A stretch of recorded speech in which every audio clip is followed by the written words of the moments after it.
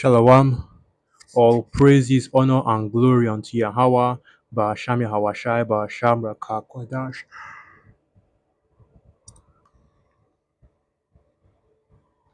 Double honors to the elders and the apostles of the great millstone, and salutations to all you sincere camp. And this is your brother Bawan back again with another video through the spirit and power of Yahweh, Ba'asham Yahawashai, Ba'asham Rakakwadash. And today we'll be discussing the chariots, the deliverance of our people. And recently, you had your brother has put up a chariot site in the like you always see happening in Babylon the Great. But there was this new one, and I have the picture up right now. That as soon as I saw it, my first thought was, yeah, that's that Ezekiel 10 chariot right there, a ring or a wheel within a wheel, a wheel of fire within a wheel that Ezekiel described. And these are the chariots of the Most High Yahweh Hashem. It goes without saying, these are the angels, right? As it is written that the chariots are thousands upon thousands of angels. Let's get that precept. Let's get that precept. Let's start from there.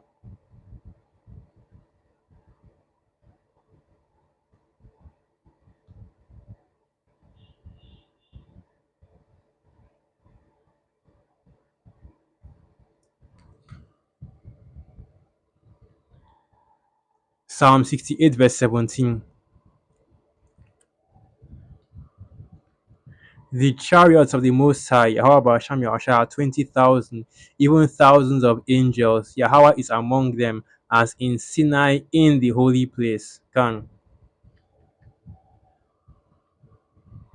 So what you are seeing and what Esau Edom calls UFOs, UAPs, right? These are the chariots of the Most High Yahweh Hashem Yahweh. You already have multiple videos being done by brothers all over the world to show you that. But what I am here to do today, what I want to talk about, and I wanted to go into this because we are seeing more and more in these last days. The chariots of the Most High Yahweh Hashem Yahweh are making themselves more and more known because the chariot sighting, the frequency of the chariot sighting is increasing. And not only is it increasing, but the chariots are coming closer and making themselves, appear more, are making themselves more what's what I'm looking for. But basically they are showing themselves, in more detail out here to the people of this world. And this is just a sign for our people that we are nearing the time of our deliverance. Because when you look up, as an Israelite man, as a man of the Lord, as a man that understands the truth, that is that are hoping and praying to be of the elect. When you see these chariots, man, it fills your heart with joy that the Most High Yahweh Hashem Yahweh is watching. He is with us, and he has already prepared our our ticket out of this kingdom. And all that's left for us just to endure these last days. It's a beautiful sight to behold. Anytime you see a chariot, man, call Yahweh Hashem Yahweh, or what Yahweh Hashem Yahweh. Well, yeah, the main reason why I wanted to do this video and the inspiration to do this video is because that chariot, and I you can see the on the this on what I say on the screen, the an example of what I'm talking about. That chariot, it looked a lot like what Ezekiel was describing here. Now, of course, it didn't have wheels within wheels like Ezekiel described, but that's an example of what Ezekiel would have seen back then when he wrote this Ezekiel, the 10th chapter.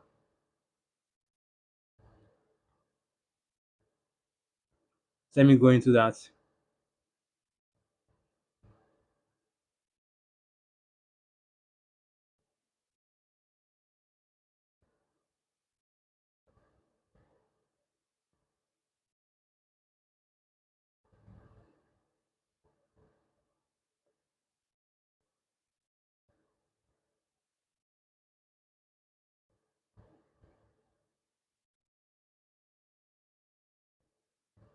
Now I'm trying to see let me start. Let me start from the top.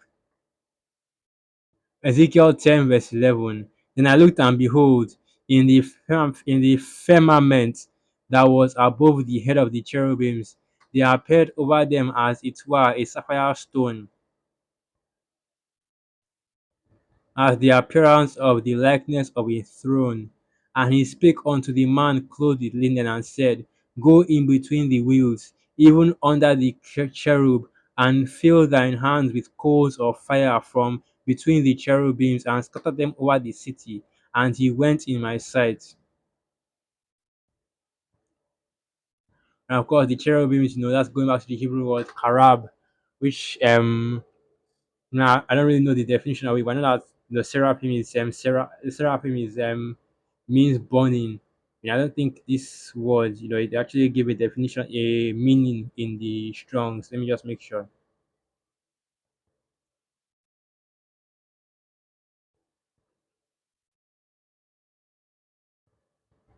Right, cherubim, karab in the Hebrew. Karawab.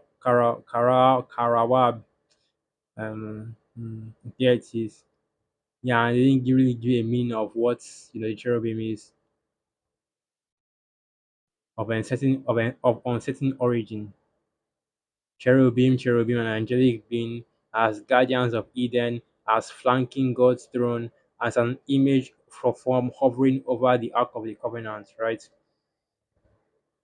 And basically, what those cherubims were actually chariots, if I remember correctly, the word for chariots in the Hebrew is a marakab, right? So, what these cherubims actually were, what Ezekiel was describing was a chariot. What he saw was a chariot, a so-called UFO, an unidentified flying object, okay?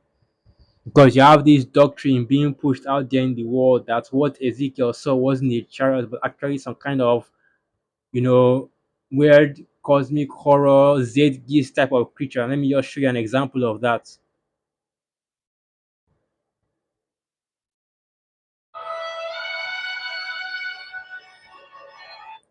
And that's not what the angels look like. We already have a description for what the angels look like in the scriptures. And just like our Lord Yahushai, just like the Israelites, and just like the Mosiah, Yahushai, angels are dark skinned men as well. That's why whenever you see reports of these UFOs and UAPs, you always also hear reports of, dark skinned men driving these UFOs, driving these UAPs. But let's continue playing. And when he says this is how the book of Ezekiel describes them, the book he's talking about is Ezekiel 10 that I'm reading right now. And you can see right there an example of what he believes that these angels look like, which is of course ridiculous because you see the eye and then you see just keep playing.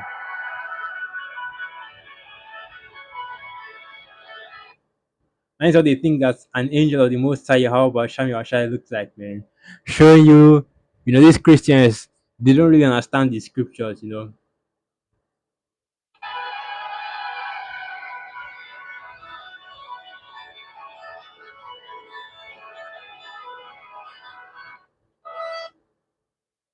actually that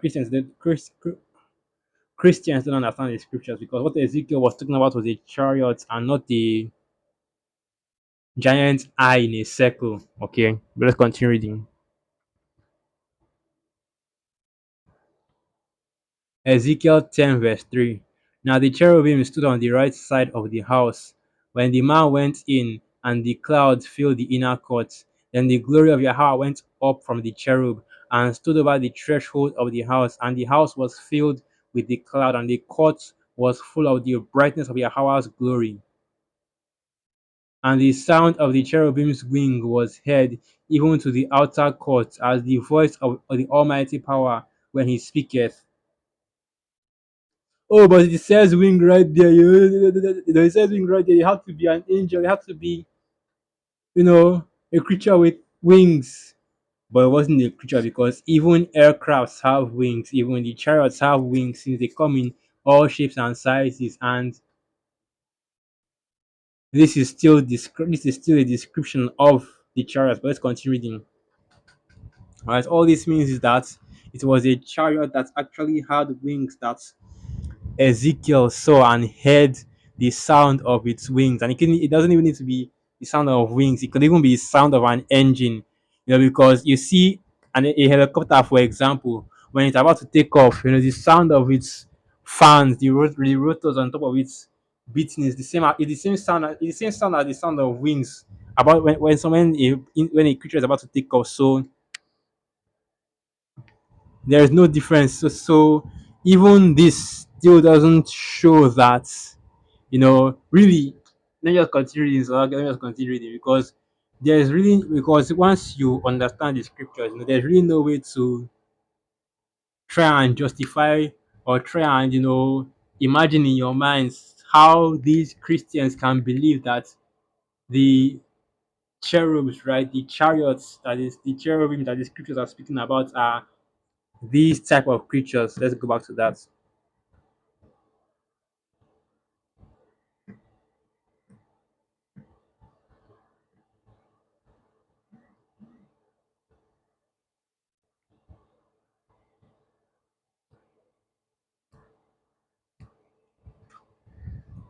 You have to bear with me. Bad network, so it's a little bit difficult to get everything to load. I don't want to like the video. But yeah, these type of creatures are not what Ezekiel was describing. When that's not the case, because what Ezekiel saw was a UFO. The same way in the same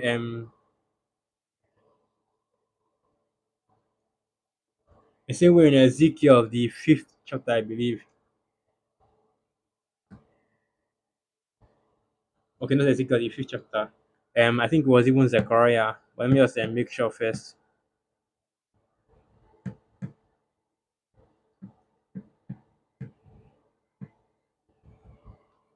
Yeah, it was Zechariah. The same way the prophet Zechariah also saw a chariot. I know these Christians, they always have different they always making all these wild assumptions as to what the chariots and the scriptures are talking about. Wow. And let me also go to this as well. Let me go back to this the channel. Because you also have another video here going into the same thing. You go back to the book of Exodus where you had the pillar of fire by day, right? And the pillar of it's like the pillar of a cloud by day and the pillar of fire by night that was guiding our people to the land of to the promised land. Let me just play that. And here it is.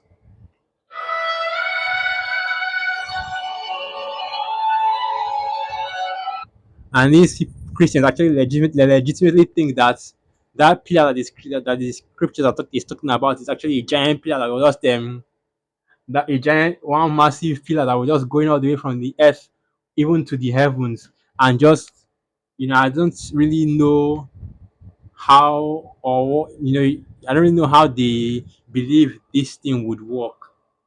Was it moving along with the Israelites? That means that you get to certain points, it will be moving along with you. You stop the camp to sleep in the night, to just get some rest in the night.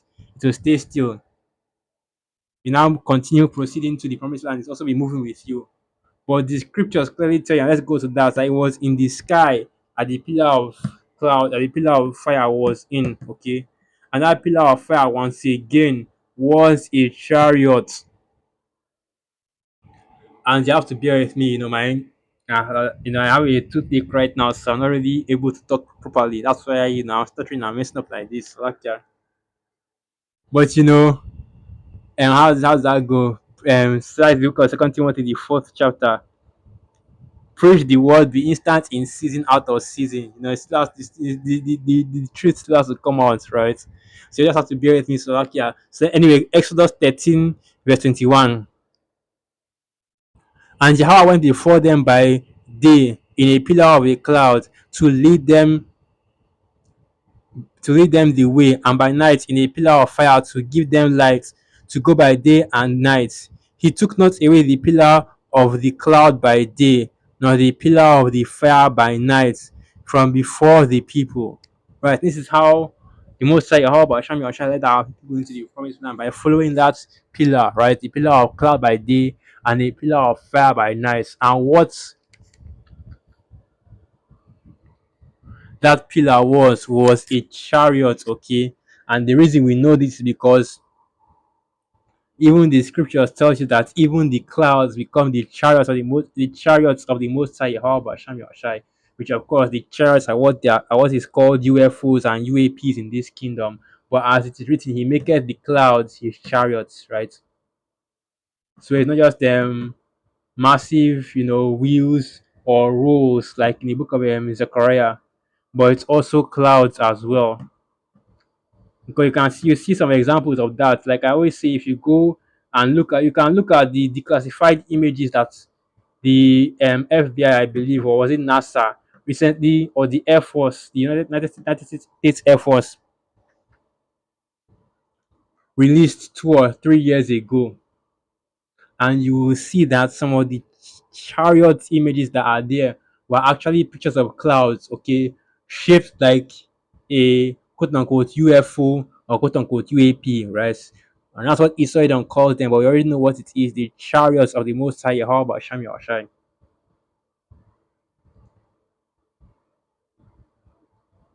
So this is the book of Psalms 104, verse 1.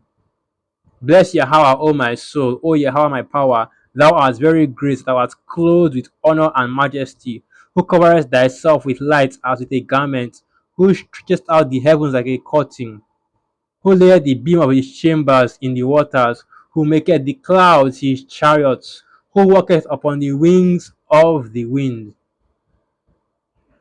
Right? He maketh the clouds his chariot, and he walks upon the wings of the wind, which is also once again referring to the UFOs, right? The second of the UFOs, but the chariots. Now they got me saying it as well. And this is the book of Zechariah 5, verse 1. Then I turned and lifted up mine eyes and looked, and behold, a flying roll. And it doesn't mean that Zechariah saw a flying roll. Different how people are making different interpretations for what this roll is.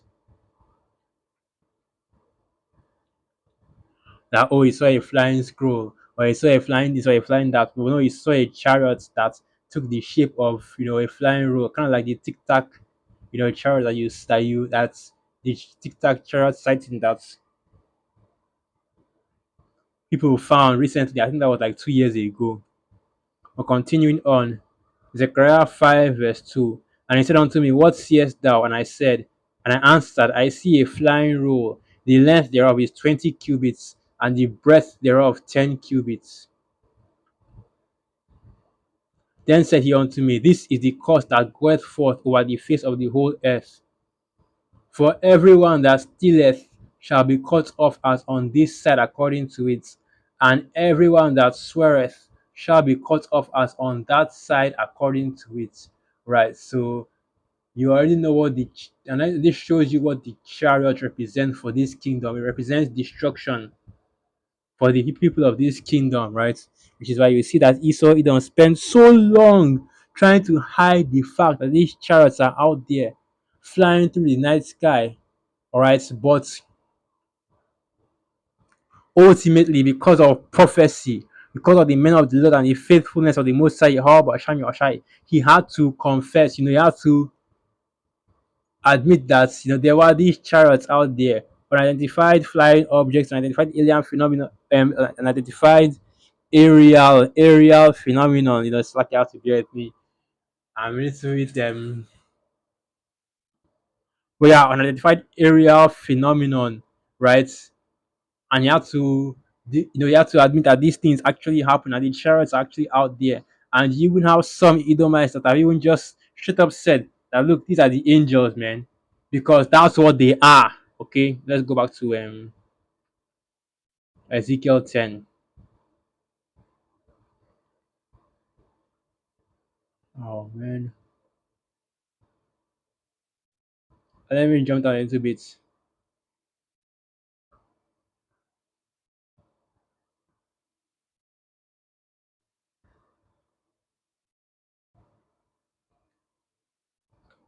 So this is the book of Ezekiel 10, verse 9. And when I looked, behold, the four wheels by the cherubims, one wheel by one cherub, and another wheel by another cherub, and the appearance of the wheels was as the color of a beryl stone. Right, in other words, it was glowing green. Okay. glowing a greenish, probably glowing in a greenish light. So continuing on Ezekiel 10 verse 10. And as for their appearances, they four had one likeness, as if a wheel had been in the midst of a wheel. Right? And that's what the image that you saw with those chariots, man.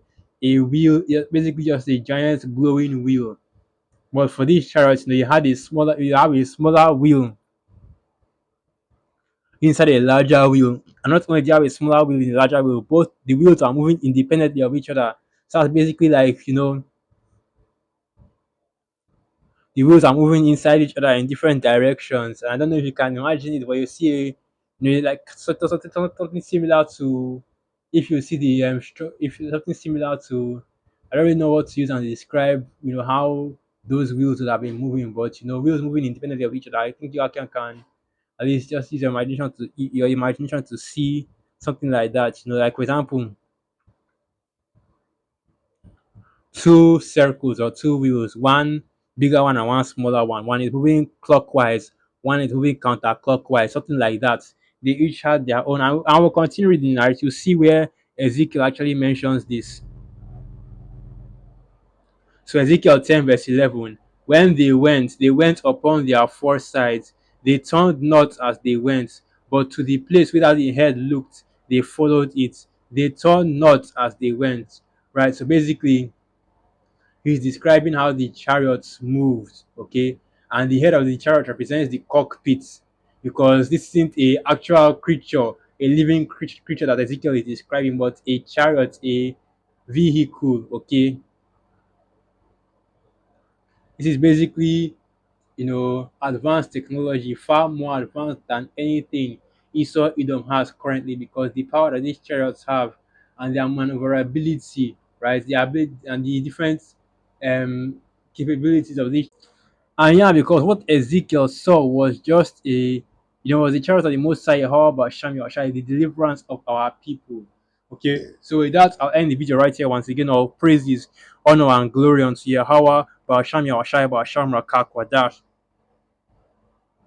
Wa about and through the Spirit. I hope you are calm and you are quiet, or edified. Shalom.